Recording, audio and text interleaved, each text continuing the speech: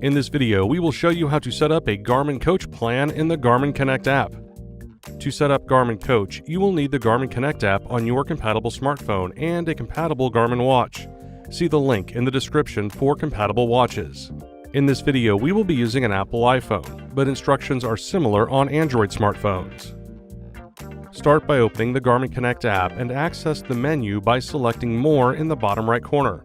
Select the menu icon in the upper left on Android smartphones. Then select Training and Planning, followed by Training Plans. Now you will want to select a plan type.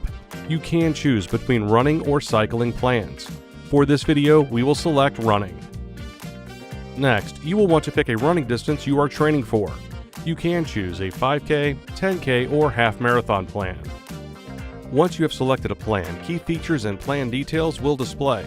When ready, select Setup Plan. Then read and accept the terms and conditions.